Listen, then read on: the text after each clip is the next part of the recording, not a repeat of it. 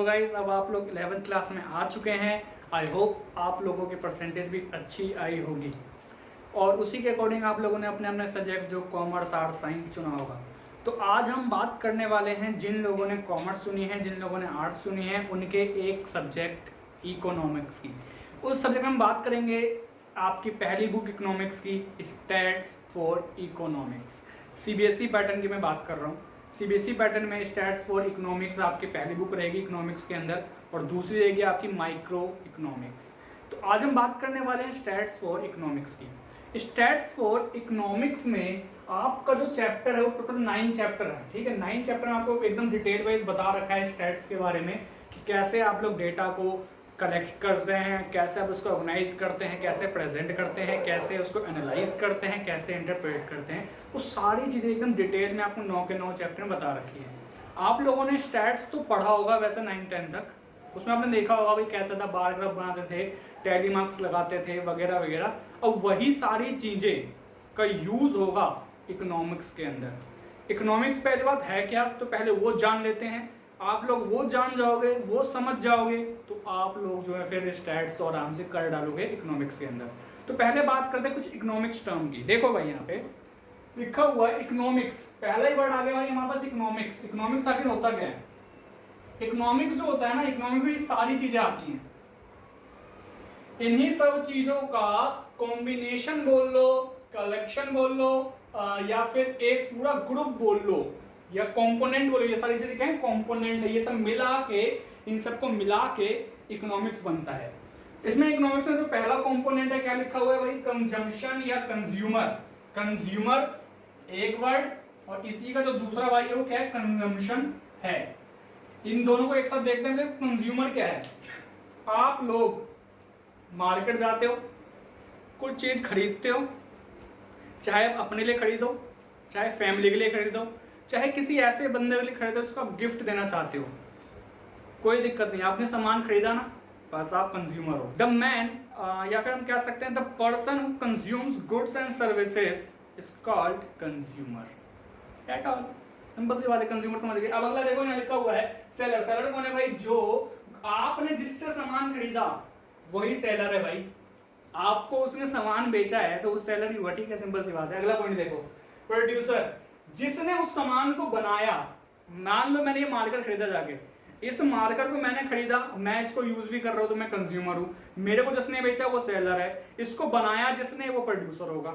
यानी कि the man, the person who produces goods and services is called producer. खत्म। अगला देखो, एम्प्लॉय। एम्प्लॉय कौन होता है?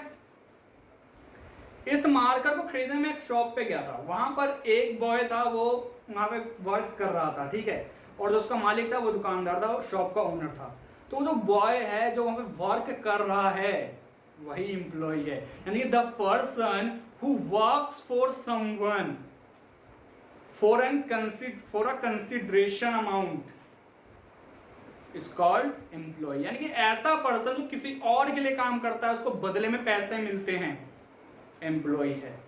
ठीक है, फिर है एम्प्लॉयर वर्ड। एम्प्लॉयर वो शॉप का ओनर था, वो शॉप का ओनर कौन है? एम्प्लॉयर है, क्योंकि उस बंदे ने किसी और को अपने यहाँ काम पर रखा है, अब उससे काम करवाता है, उसको बदले में पैसे देता है। तो जो जिसने उस बंदे को काम पर रखा वही कौन है? एम्प्लॉयर है। मान लो आप हो, आपका अपना कोई बहुत बड़ा बिजनेस आप सेटअप करने वाले हो 12th के बाद, तो आप अपने यहाँ पे किसी को रखोगे काम पर, तो आप एम्प्लॉयर हो। आपने जिसको रखा वो एम्प्लॉय है। समझ आई बात? अगला देखो, यहां लिखा है स्कार्सिटी। अब देखो, कोई भी इकोनॉमिक्स हो, कोई भी इकोनॉमी हो या कोई भी कुछ भी हो, जो इकोनॉमिक्स में जो स्कार्सिटी का मतलब क्या है भाई? कमी। कोई भी इकोनॉमी में कुछ ना कुछ चीजों की कमी रहती ही रहती है, वही होती है स्कार्सिटी। यानी कि देखो, आप लोगों ने अलादीन और वो अलादीन का चिराग वाला एक कहानी सुनी होगी। उसमें क्या था भाई? वो अलादीन जो होता है चिराग को ऐसे घिसता है, उसमें जीनी निकलता है, बोलता क्या हुक्म है मेरे आका। वो बोलता है भाई मुझे ये चाहिए, मुझे पूरा बड़ा महल चाहिए, ठीक है, मुझे ये महल ला के दे दे। वो बोलता लो आका आपके लिए हाजिर है। महल तैयार हो जाता है। लेकिन भाई असली जिंदगी में ऐसा कुछ नहीं होता। हमारे भाई बहुत सारी नीड होती है, हम चाहते हैं भाई मेरे पास ये आ जाए, मेरे पास BMW आ जाए, ये वाली आ जाए व्हीकल, वो बिल्कुल एकदम लग्जरियस व्हीकल्स आ जाए। कोई भी कभी पूरी नहीं होती वो चीजें, तुरंत आपने बोला नहीं होगी पूरी, आपने बोला भाई रिजर्वेशन हो जाए। जैसे ट्रेन वगैरह के रिजर्वेशन होते हैं 3-3 महीने पहले, तो वो रिजर्वेशन क्यों करवाए जाते हैं 3-3 महीने पहले? लोग लाइन में क्यों लगते हैं? भाई टिकट तो आप 3 महीने बाद जा रहे हो, तो 3 महीने बाद जाके भी ले सकते हो। 3 महीने पहले देने का कारण क्या है? क्योंकि तब तक टिकट बिक चुकी होगी। क्या है ये? स्कार्सिटी है, सीटों की कमी थी, जब भी तो रिजर्वेशन करवाया जाता है। समझ गए बात को? स्कार्सिटी यही मतलब है। किसी भी इकोनॉमिक में जो इकोनॉमिक प्रॉब्लम अराइज होती है ना, वो यहीं से स्टार्ट होती है, स्कार्सिटी से। भाई हर किसी के पास लिमिटेड रिसोर्सेज होते हैं, उसी को यूज करके उसको कंजम्पशन करना होता है, प्रोडक्शन करना होता है, डिस्ट्रीब्यूशन करना होता है। तो स्कार्सिटी से प्रॉब्लम अराइज होती है किसी भी इकोनॉमिक के अंदर। फिर है प्रॉब्लम ऑफ चॉइस। अब ये आ गया प्रॉब्लम ऑफ चॉइस। आपके पास एक लैंड है, उससे आप दो ही काम कर सकते हो, या तो आप एग्रीकल्चर जो खेती वगैरह होती है वो कर लो, फार्मिंग कर लो, या मैन्युफैक्चरिंग कर लो। कोई दो में से कोई एक ही काम कर सकते हो। Problem of choice. अब आप सोचोगे भाई मैं क्या काम करूं, मैं क्या ये क्रॉप कर लूं, लेकिन अगर फसल बर्बाद हो गई तो फिर मेरा तो नुकसान हो जाएगा इस साल का। फिर आप सोचो मैं भी मैन्युफैक्चरिंग कर लेता हूँ, मैं यहाँ पे फैक्ट्रियाँ लगा लूँगा, फैक्ट्री में जो है अपना प्रोडक्शन करूँगा चीज़ों की।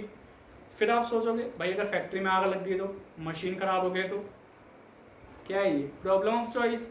भाई आपके पास एक ऐसा रिसोर्स है जिसके ऑल्टरनेटिव यूज है, या तो एक टाइम पे ये वाला यूज कर लो या दूसरा कोई और यूज कर लो उससे रिसोर्स से।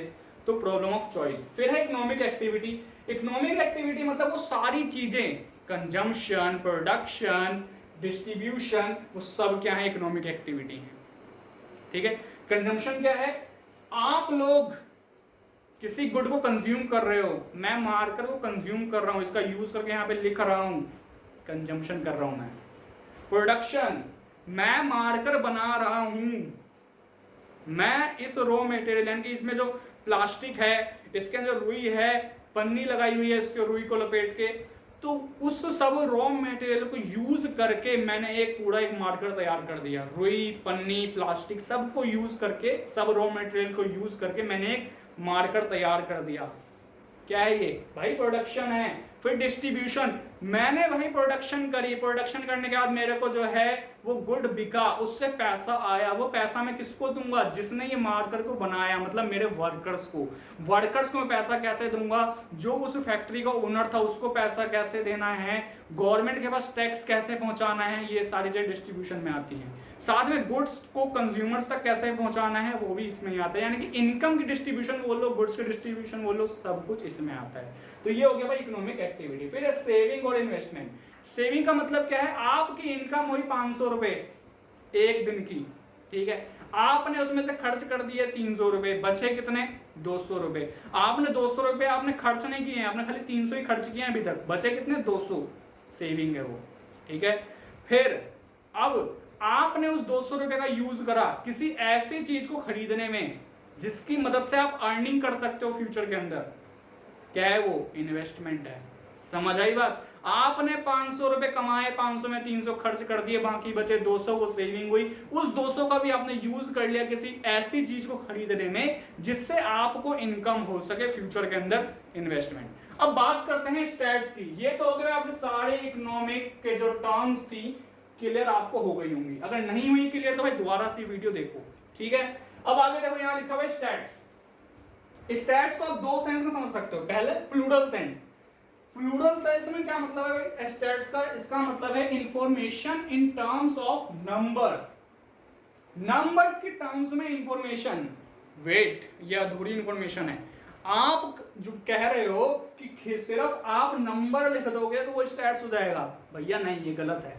जो स्टैट्स होता है, मैंने लिखा है नीचे, एवरेज या एग्रीगेट में जो नंबर है वो या तो एवरेज में होगा या एग्रीगेट में होगा, तो ही वो स्टैट्स कहलाएगा। अगर सिंपल नंबर लिखा हुआ है आपने तो वो खाली एक न्यूमेरिकल टर्म बन के रह जाएगा।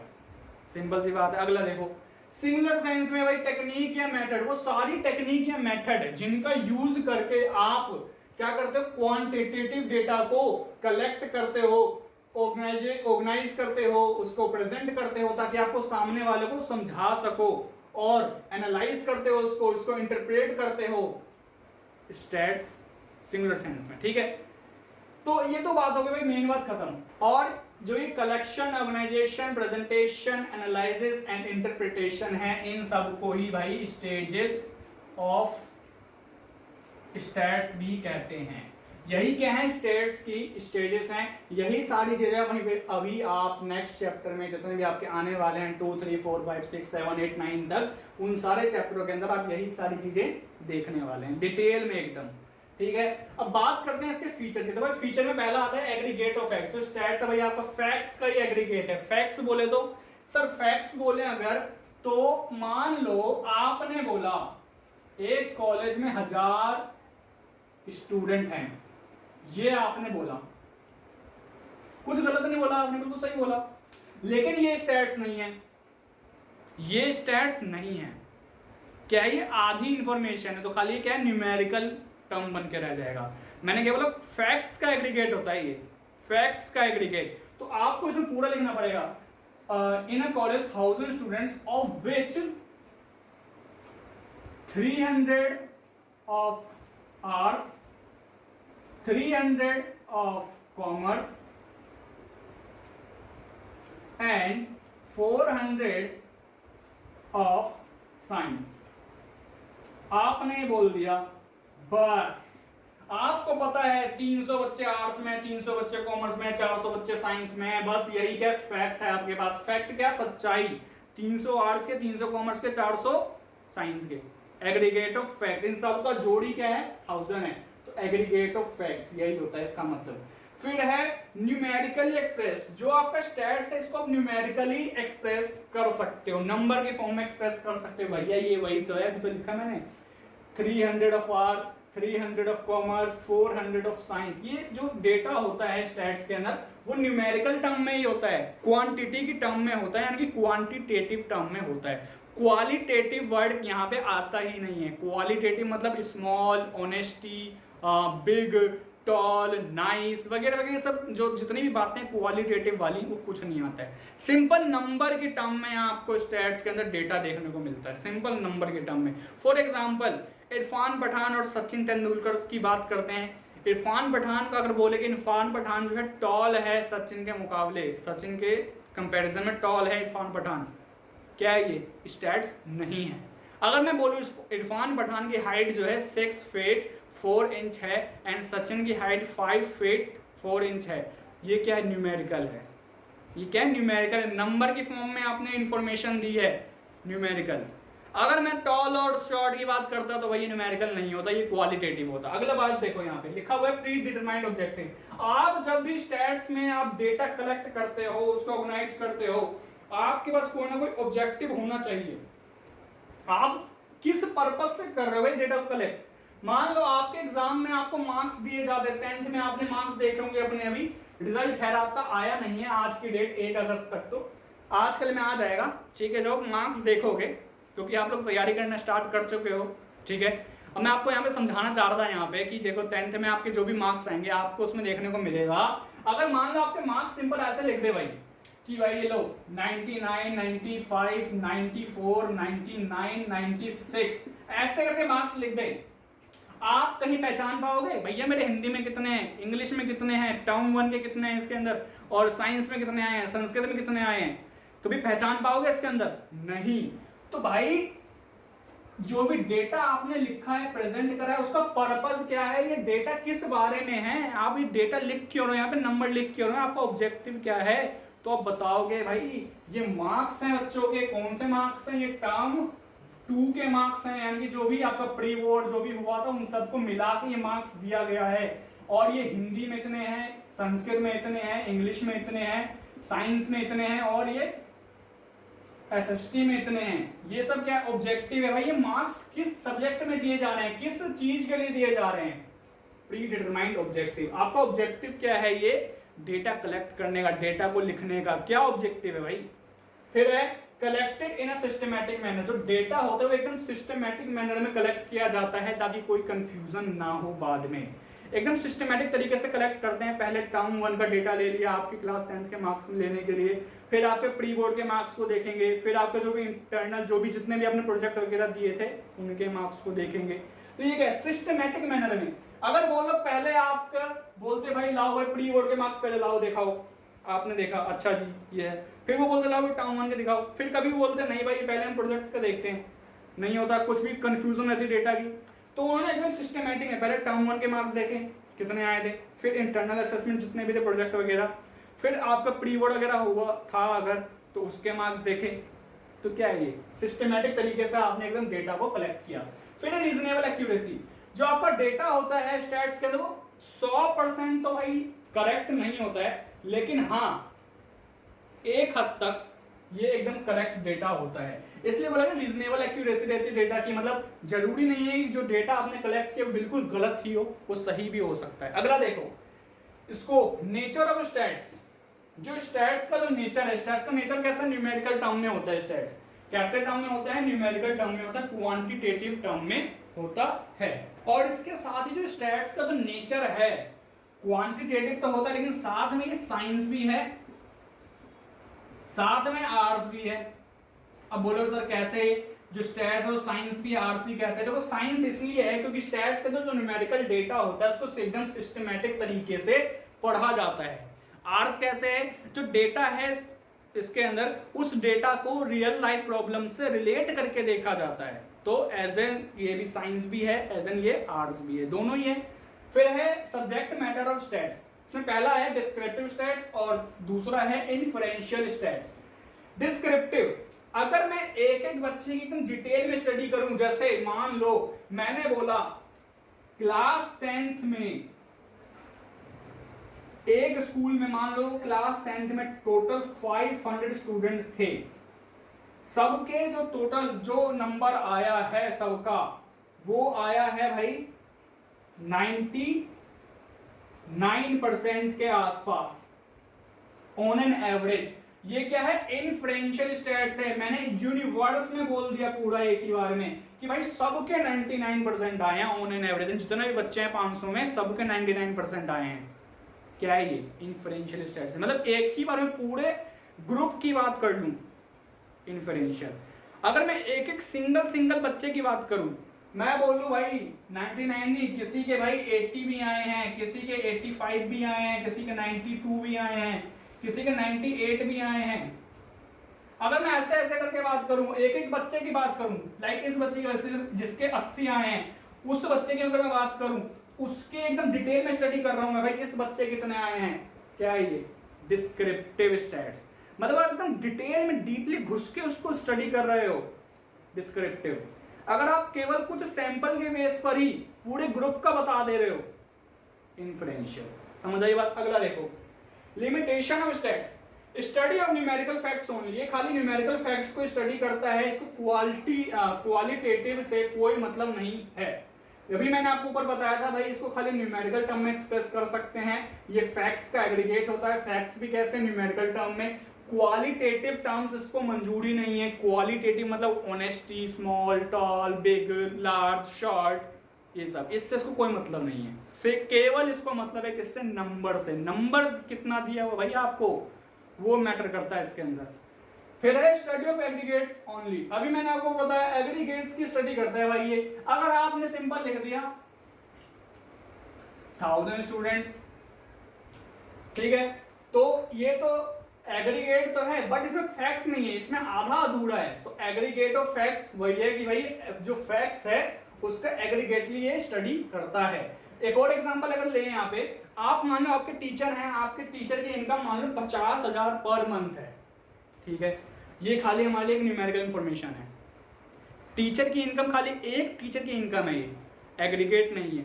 अगर मैं बोलूं आपके स्कूल जितने भी टीचर हैं सबकी इनकम कितनी है, उसको डेटा को कलेक्ट कर रहे हो किसकी कितनी इनकम है, ताकि आप देख सको डिफरेंसेस उनके इनकम के बीच में, किसमें किसकी इनकम ज्यादा है, किसकी कम है, किसकी सबसे ज्यादा है। तो ये सब क्या है, एग्रीगेट, स्टडी ऑफ एग्रीगेट।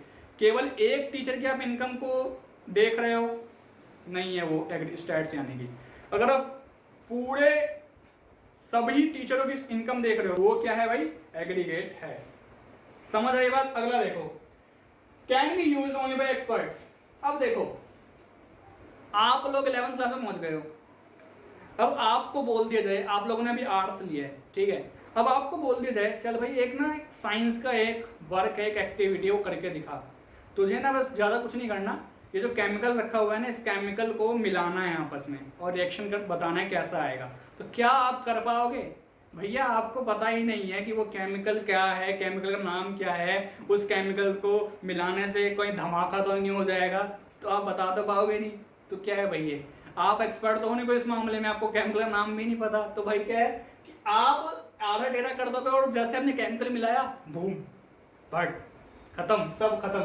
तो इसका मतलब क्या है कि जैसे आपको उस चीज का नॉलेज ही नहीं है तो आप वो चीज कर ही नहीं पाए, तो ऐसे ही स्टैट्स के बारे में जिसको नॉलेज ही नहीं है भैया वो कैसे कर पाएगा इसके टूल्स को यूज। तो इसलिए मैंने बोला जिसको नॉलेज होगी स्टैट्स के टूल्स की वही स्टैट्स को यूज कर पाएगा, वही स्टैट्स को एकदम अच्छे से ढंग से कर पाएगा। फिर है prone to misuse. Prone to misuse देखो भाई, जो स्टैट्स का डेटा है आपने क्या करते हो कि भाई हम पहले से एक अनुमान लगाने के लिए एकदम डेटा को एनालाइज करते हैं ताकि हम बताते हैं कि भाई फ्यूचर में क्या क्या होने वाला, क्या ट्रेंड आने वाला है। तो आपका अगर डेटा, आपका जो एनालिसिस अगर गलत भी है तो भी आप बोल दोगे नहीं भाई ये डेटा तो सही है, आप उसको कैसे ना कैसे किसी ना किसी तरीके फॉर्मूले से आप उसको सही करने की कोशिश करोगे। तो प्रोन टू मिसयूज। फिर है results are true only on an average. जो रिजल्ट्स होते हैं स्टैट्स के वो खाली एवरेज पर ही ट्रू होते हैं, जरूरी नहीं है 100% ही ट्रू होगा, जरूरी नहीं है कि सभी जो कंट्री में जो है, अपनी इंडिया की बात करो, छोड़ो सभी कंट्री को छोड़ो, खाली अपनी इंडिया की बात करते हैं। आपने अपनी कंट्री का आपने इनकम निकाला, पर कैपिटा इनकम निकाला, आपने कितना आया भाई, पर कैपिटा इनकम आया 10 कह रहा हूं, चलो मान लो 50,000 आया सबका, 50,000 पर कैपिटा इनकम आई है आपकी। तो ये जरूरी नहीं है कि हर एक बंदे की इनकम जो है 50,000 ही होगी, यानी कि एवरेज पर ये बात तो सही है कि हाँ भाई हो सकता है, ठीक है, ये एवरेज पर सही होगी, लेकिन ये जरूरी नहीं है कि हर एक बंदे की 50,000 इनकम होगी।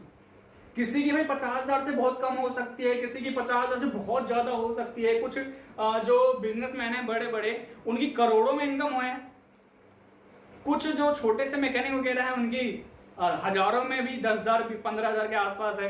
तो भाई जरूरी नहीं कि हर किसी की 50,000 ही इनकम होगी, सिंपल सी बात है। तो ऑन एन एवरेज आपका डेटा खाली ट्रू हो सकता है, लेकिन रियलिटी में आप अगर चेक करने जाओ तो हर किसी की इनकम उतनी नहीं होगी जितनी एवरेज पे निकली है। समझ आई बात। तो फिर बात करते हैं यहाँ पे हम स्टैटिस्टिकल टूल्स की। जो स्टैट्स के हमारे जो टूल्स हैं वो कौन कौन से, देखो भाई स्टैट्स के जो स्टेजेस हैं, मैंने अभी आपको बताया थोड़ी देर पहले कि भाई जो स्टैट्स के टूल्स हैं वो ये होते हैं, 5 होते हैं। क्या क्या? Collection, organisation, presentation, analysis and interpretation. ये सारी बातें जो 5 के 5 बातें हैं, 5 के 5 जो आपके दे रखे हैं टूल्स, ये इसी सीरीज में रहते हैं, ये आगे पीछे नहीं हो सकते हैं। पहले कलेक्शन होगा डेटा का, फिर उस डेटा को आप ऑर्गेनाइज करोगे, फिर उसको ऐसे प्रेजेंट करोगे ताकि सामने वाला बंदा समझ पाए, या आप ही कल को फ्यूचर में जब इसको डेटा को देखो तो आपको भी समझ में आ जाए, प्रेजेंट करोगे। फिर एनालाइज करोगे कि भाई जो डेटा है हमारे पास उसको आप देखोगे, ध्यान से स्टडी करोगे उसको एकदम। फिर इंटरप्रिटेट करोगे, यानी कि उसके बाद भी कंक्लूजन निकालोगे भाई ये डेटा में, अगर ये डेटा मान लो प्राइस है, प्राइस बढ़ रहे हैं तो प्राइस बढ़ा क्यों, इसका रीजन क्या था, प्राइस अगर घट रहे हैं तो रीजन क्या था, अनएम्प्लॉयमेंट जो रेट है वो बढ़ रहा है तो भाई रीजन क्या था। वो सारी बातें इंटरप्रिटेशन में आ गई। अब इसके जो टूल्स हैं, इसके लिए क्या क्या चीजें हम यूज करते हैं कलेक्शन करने के लिए। देखो कलेक्शन करने के लिए हम 2 टेक्निक यूज करते हैं, या तो सेंसस या सैंपल। अगर मैं जो हूँ एक एक करके हर एक पर्सन से जाके उसके बारे में सर्वे कर रहा हूँ, मान लो मैं सर्वे कर रहा हूँ कि भाई आप लोगों ने इस बार वोट किसको दिया या कौन जीतने वाला है आपके एरिया से। सपोज वो सर्वे होते रहते हैं ना इलेक्शन के बाद, जो न्यूज चैनल वाले करते हैं कि भाई ये हमारा एग्जिट पोल है, वही एग्जिट पोल मैं कर रहा हूँ सपोज, ठीक है। अब मैं अगर हर एक बंदे से जाके पूछ रहा हूँ, हर एक बंदे से, हर जितने भी उस एरिया में जो लोग हैं सबसे जाके मैं पूछ रहा हूँ सेंसस। अगर मैं केवल उस एरिया के खाली 100 लोगों से पूछ रहा हूँ, 100 बंदों से पूछ रहा हूँ, और उसके हिसाब से मैं अपना रिजल्ट बता रहा हूं कि भाई देखो ये 100 बंदों ने कहा है कि ये पर्टिकुलर पार्टी की जो है गवर्नमेंट आने वाली है, तो क्या है ये सैंपल के बेस पे मैं रिजल्ट बता दे रहा हूं। क्या है ये सैंपल मेथड। सेंसस क्या था, हर एक बंदे से जाके पूछ रहा हूं मैं सेंसस। अगला देखो टैली बार, जो डेटा हमने कलेक्ट किया है उसको जो है शो करने का कुछ हमारा तरीका होता है, हम टैली बार के थ्रू इसको ऐसे शो कर देते हैं। और टैली बार देखो ऐसा होता है कुछ 1 2 3 4 और ये 5, इस तरीके से आप शो करते हो उसको, ऑर्गेनाइज करते हो डेटा को, ताकि आपको जो है एकदम कोई कंफ्यूजन ना हो। फिर है अरे ऑफ डेटा, ये भी एक है मेथड, ये हम पढ़ेंगे आने वाले चैप्टरों में। फिर यहाँ देखो टेबल्स, ग्राफ्स और डायग्राम्स के थ्रू आप डेटा को प्रेजेंट करते हो। टेबल आपने बना के दे दिया या ग्राफ बनाते हो, आपने देखा होगा बार ग्राफ, हिस्टोग्राम, ये सारे ग्राफ अगर बनाते हो, डायग्राम जैसे वो पाई चार्ट आपने बनाया, ये रहा आपका पाई चार्ट, ये आपने बनाया, तो दैट इज कॉल्ड क्या, प्रेजेंट कर रहे हो डेटा को। ठीक है। एनालिसिस ऑफ डेटा, अब आप डेटा को एनालाइज करोगे, उसके परसेंटेज फॉर्म में कुछ मेथड होंगे, उसको परसेंटेज निकालने के लिए इतना परसेंट, इस साल जो है अनएम्प्लॉयमेंट रेट जो है 10% बढ़ा, तो आप एनालाइज कर रहे हो उसको परसेंटेज के फॉर्म में निकाल के कि भाई पिछली बार 2 लाख लोग जो थे अनएम्प्लॉयड थे, इस बार 2,20,000 लोग अनएम्प्लॉयड हैं, तो आपने परसेंटेज की फॉर्म में कन्वर्ट कर लिया, तो आपको पता लगा भाई 10% लोग जो हैं अनएम्प्लॉयड हुए हैं। एवरेज ऐसे ही, फिर ऐसी कोरिलेशन, रिग्रेशन, बहुत सारे मेथड हैं इसके। ठीक है। फिर है इंटरप्रिटेशन, जो ये इंटरप्रिटेशन है, इंटरप्रिटेशन में क्या करते हो, कंक्लूजन निकालते हो कि भाई ये डेटा जो हमारे पास था, ये जो अनएम्प्लॉयमेंट हुई है हमारी कंट्री के अंदर, इसका रीजन क्या था, ये किस वजह से बढ़ा है, और आप इसका देखते हो कि भाई ये कौन कौन से इसके कॉजेज हो सकते हैं, उसके सिंपल सी बातें इंटरप्रेट करते हो आप। तो ये था भाई आपका इंटरप्रिटेशन, कि आप इसमें बताओगे भाई क्या कॉज था, किस वजह से वो अनएम्प्लॉयमेंट हमारी कंट्री के अंदर बढ़ा। दूसरी बात, आने वाले टाइम में कितना बढ़ेगा, फोरकास्टिंग कर दी आप लोगों ने, तो ये सारी थी कंक्लूजन आप इसमें निकालते हो टोटली ये सारे डेटा के बेस पर, कि भाई फाइनली क्या होने वाला है या फिर किस वजह से ऐसा हुआ है, वो सारी बातें आप इसके इंटरप्रिटेशन में आती हैं, समझाने के फॉर्म में। फिर है इंपॉर्टेंस, जो इंपॉर्टेंस में पहला पॉइंट है quantitative expression of economic problem. जो भी इकोनॉमिक प्रॉब्लम है, सपोज अनएम्प्लॉयमेंट की प्रॉब्लम है हमारे, सपोज, ठीक है, तो जो इकोनॉमिक प्रॉब्लम है हमारी अनएम्प्लॉयमेंट की, अब आप अनएम्प्लॉयमेंट की प्रॉब्लम को आपको बोला गया है कि बताओ भाई ये अनएम्प्लॉयमेंट जो है इंडिया में बढ़ी है कि घटी है, ये बताओ। तो आपको इसके लिए न्यूमेरिकल जो है यानी कि नंबर्स फॉर्म की जरूरत पड़ेगी। भाई कितने थे, यानी कि 2010 में कितने लोग अनएम्प्लॉयड थे, सपोज 2,50,000 लोग जो थे अनएम्प्लॉयड थे, डेटा की जरूरत पड़ेगी। आपको बोला गया क्या कि भाई कितने लोग अनएम्प्लॉयड हुए हैं पिछले 10 साल में, तो आपको डेटा की जरूरत पड़ेगी। 2010 में कितने लोग अनएम्प्लॉयड थे और 2020 में कितने लोग अनएम्प्लॉयड हैं, यानी कि हुए थे 2020 में, पिछले साल मान लो 3 लाख लोग अनएम्प्लॉयड हो गए। तो अब आप लोगों को देखो, मैंने बोला ना क्वांटिटेटिव एक्सप्रेशन की जरूरत पड़ी कि नहीं पड़ी, बिल्कुल पड़ी सर। आप अब इससे बता दोगे भैया देखो 50,000 लोग जो हैं बढ़े हैं, 50,000 जो है नंबर अनएम्प्लॉयड लोगों की बढ़ी है। क्या है इसका मतलब, ये क्वांटिटेटिव एक्सप्रेशन होता है इकोनॉमिक प्रॉब्लम का। बिना आप क्वांटिटेटिव एक्सप्रेशन करे हुए किसी भी इकोनॉमिक प्रॉब्लम को सॉल्व नहीं कर सकते हो। किसी भी इकोनॉमिक प्रॉब्लम के अगेंस्ट आप पॉलिसीज नहीं बना सकते हो उसको सॉल्व करने के लिए। ठीक वैसे ही आप लोगों ने क्वांटिटेटिव एक्सप्रेशन में भाई इकोनॉमिक प्रॉब्लम को लिख दिया।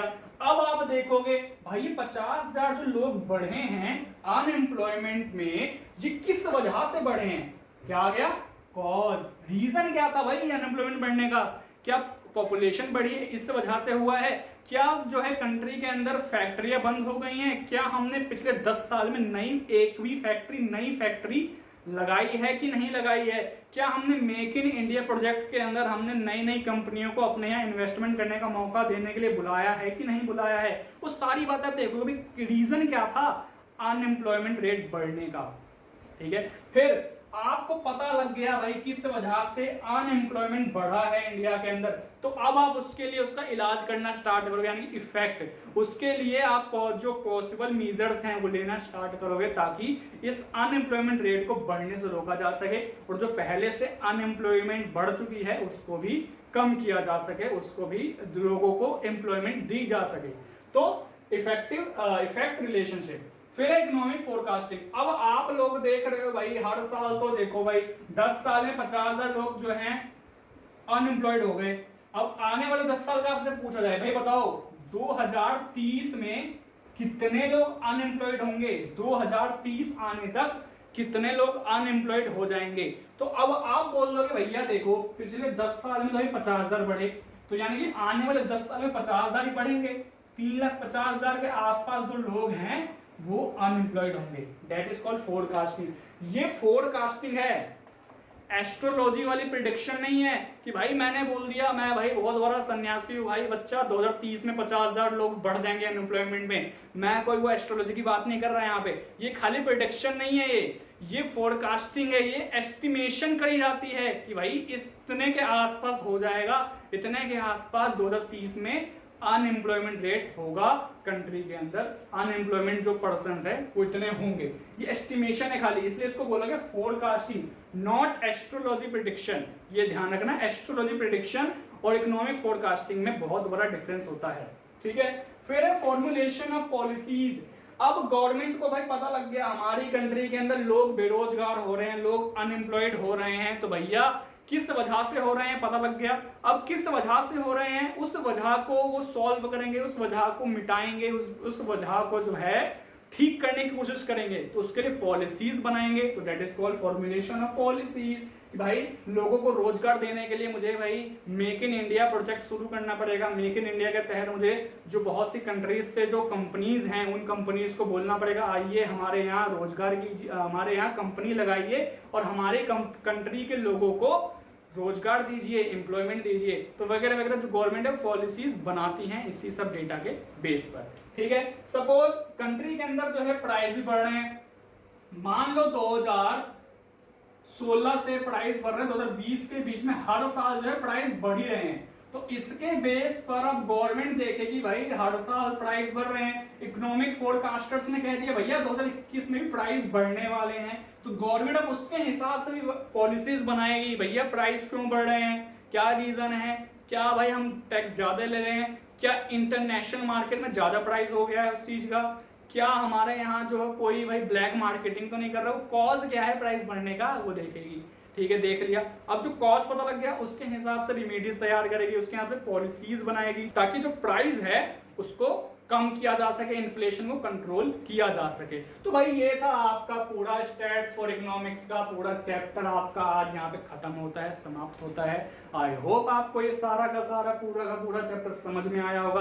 भाई अगर समझ में आया है तो वीडियो को लाइक करो, शेयर करो, चैनल को सब्सक्राइब करो और कमेंट करके बताओ कि भाई आपको कैसा लगा है ये वीडियो। हम लोगों ने नई सीरीज स्टार्ट करी है अपनी, इसका नाम है stats for economics series 2021-22 session. I hope आप लोग सब्सक्राइब कर देंगे और चैनल के सब्सक्राइब करने के बाद बेल आइकॉन को भी प्रेस कर दें ताकि आपको फ्यूचर में आने वाले सभी वीडियोस की नोटिफिकेशन, सभी इकोनॉमिक्स वीडियो की नोटिफिकेशन देखने को मिल सके। तो मिलते हैं आपसे नेक्स्ट वीडियो में, तब तक देखते रहें आपका अपना YouTube channel Amit Rai classes. धन्यवाद, कैच यू सून।